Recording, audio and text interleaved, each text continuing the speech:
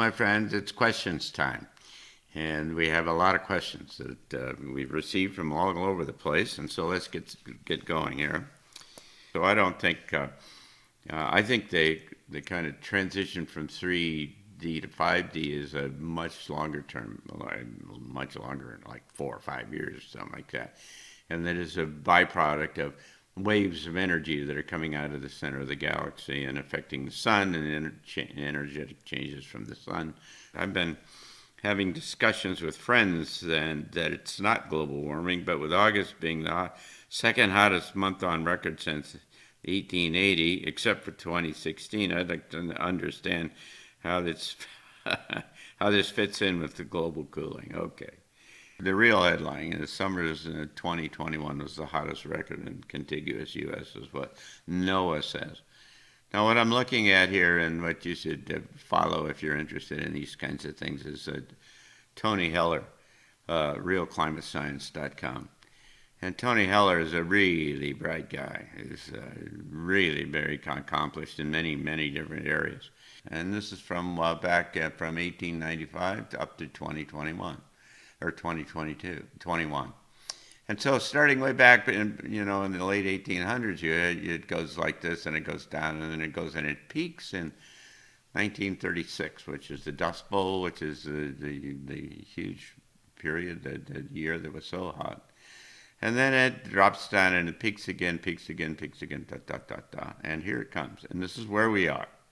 That's the measure, that's the historical climate from network stations. That's the reality. That's what it looks like. But then they tamper with it. They change it.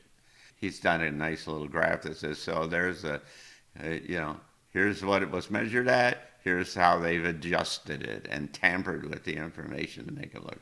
I'm wondering when you knew Robert David Steele was corrupt, and how has that affected you and your work? That's one of those, when did you quit beating your wife questions. I'm presuming that Laura, that you had firsthand knowledge about that to be able to make that kind of a claim against somebody's character, and that this, please don't tell me that you just saw it on the web and that you're willing to kind of then presume that and tell other people that you think this man was corrupt. Robert Steele, from my experience with him, was one of the most honest guys I've ever met. That's different than saying I agreed with everything he said. Is it possible AI has evolved an independent consciousness? It's an interesting question. It's not a crazy question, because if you buy the basic framework that says everything is alive, and Steiner, for instance, all kinds of sources, many different kind of spiritual ancient sources all say that everything is alive. They have different conscious, and they have different levels of consciousness. Why do so many people think the virus is a hoax when, number one, hospitals are maxed out and not taking patients? People are dying, waiting for beds to open up. Let me tell you a story. When I went to work in the White House, I hadn't been there for a couple or 3 days, and I went in there. I had read something somewhere that was I thought was really important. And I talked to him and said, Bill, look at this. What are we ought to do? And he just stopped and he looked at me. He said, John, how do you know that's true? And it was just blew me back against the wall, because I had never had anybody force me to ask the question about the validity of the information that I was getting.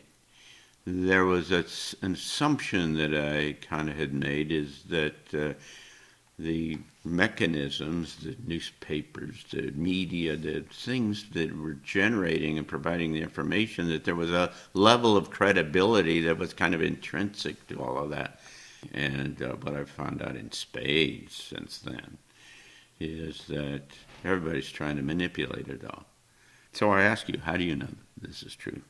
Barack Obama passed a law, had a law passed in the defense appropriations bill, and he made it legal for government agencies to lie to the American people if it was required to support their policies. And you think that they wouldn't do that? Do you know anything about bureaucrats? Do you know anything about the government? Do you think politicians would ever lie to you? Are you kidding me? If you found that helpful and interesting, and you haven't done so already, why don't you just click on the link below and give us your email so that we can send you alerts for the next segments of Postscript.